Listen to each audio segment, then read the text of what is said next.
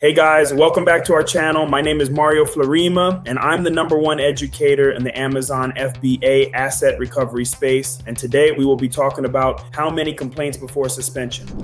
One of the biggest misconceptions Amazon sellers have is thinking there's a specific number of complaints before suspension happens. Guys, Amazon doesn't work like that anymore. One serious complaint can shut your account down overnight. So in this video, we're breaking down what actually triggers Amazon enforcement and how sellers recover strategically. The myth of the magic number. Most sellers are asking the wrong question. They want to know if it takes 3 complaints, 5 complaints, or 10 complaints to get suspended. But Amazon doesn't count complaints like a scoreboard. Amazon evaluates risk. Guys, you're not suspended because of a number. You're suspended because Amazon believes your account has become a risk to customers. Real triggers for account deactivation. Amazon looks at performance metrics, policy violations, complaint patterns, and account history simultaneously. Guys, a single complaint rarely tells the whole story. Amazon wants to know whether the complaint represents a larger operational problem inside your business. Performance metrics, the silent killers. Now we're talking about some of the most dangerous metrics sellers ignore. Order defect rate, late shipment rate, and pre-fulfillment cancellation rate. Guys, these numbers often create problems long before a suspension email arrives. One serious complaint combined with weak performance metrics can trigger immediate escalation. Policy violations beyond the count. Amazon does not treat all complaints equally. Authenticity complaints, IP violations, and product safety issues are considered high-risk categories. Guys, one authenticity complaint can be more dangerous than 10 negative feedbacks because the enforcement risk is much higher. This is where sellers often underestimate the risk. One account owner received a single authenticity complaint and didn't think much of it. The account still had good feedback, strong sales, and healthy performance metrics, so the complaint was ignored. A few days later,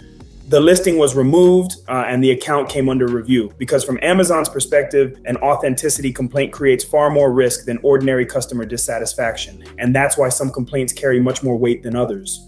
Understanding your account health rating, AHR. Now let's break this down properly. Account health rating. This is Amazon's internal risk score that tracks compliance performance over time. Guys, every violation affects your health score. The healthier your account is, the more flexibility you usually have when issues occur. Okay guys, now we're talking about the danger zones. Once your score falls into the yellow range, Amazon is already warning you that risk is increasing. If you enter the red zone, your account becomes eligible for deactivation. Guys, waiting until suspension happens is one of the biggest mistakes sellers make. Impact levels of policy violations. Low-level violations may create warnings. Medium-level violations affect account health more aggressively. High and critical violations can trigger immediate investigations. Guys, one critical violation can sometimes create more damage than months of minor issues combined. Inauthenticity, claims, and documentation. Amazon has almost zero tolerance for unverifiable sourcing. Guys, weak invoices and poor documentation destroy more accounts than most sellers realize. The product can be completely genuine, but if Amazon cannot verify the supply chain, you're going to have a bad time. Intellectual property complaints explained, IP complaints, trademark issues, copyright claims, and patent violations create serious enforcement risk. And honestly, many sellers get suspended while selling genuine products simply because they lack proper authorization. Amazon cares about proof,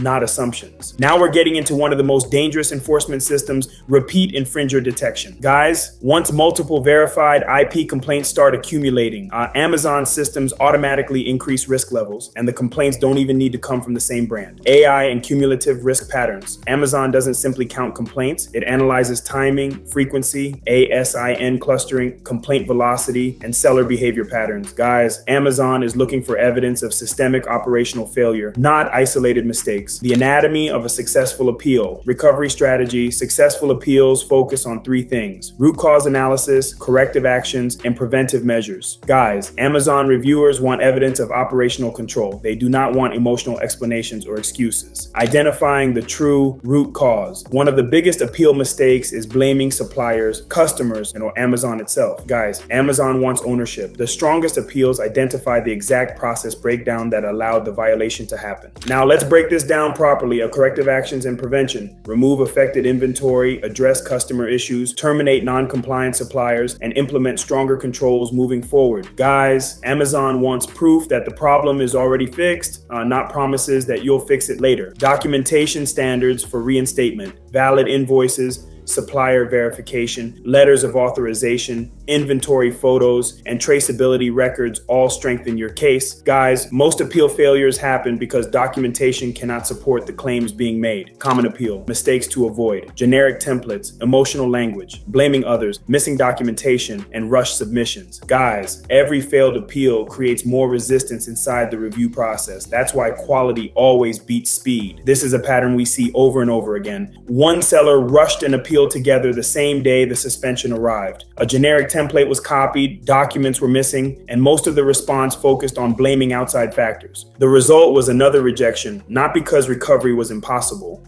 but because the appeal wasn't ready. After taking the time to build proper documentation and a structured response, the case looked completely different. Because, guys, a strong appeal submitted once is far better than a weak appeal submitted 5 times. Post-reinstatement, the new reality. Many sellers think the hard part is over once the account comes back. Not true. Amazon monitors reinstated accounts much more aggressively. Guys, your compliance systems become more important than ever after recovery. Building a culture of compliance. Now we're getting into long-term protection. Successful sellers build supplier vetting systems, listing review processes, documentation archives, and weekly audits. Guys, the goal isn't simply avoiding suspension. The goal is building a business that can withstand Amazon's evolving enforcement standards. Your recovery starts today. Guys, Amazon suspensions are not triggered by a magic complaint number. They're triggered by risk. The sellers who survive long-term are the ones who understand how Amazon evaluates compliance and builds systems around that reality. Hope you guys found value in today's video and have a more clear understanding of what Amazon thinks when this suspension happens. If this video provides value, please like, share, and subscribe for more helpful content. If you're an Amazon reinstatement consultant and you're looking to see if you qualify to be in our Rios Inner Circle group, then feel free to check out the links below in our description section. We host free masterclasses every week where we dive more into specific topics like these and give you more details on how you can better assist your clients while saving you time, money, headaches, and most importantly, protect your business assets moving forward like always. See you guys next time.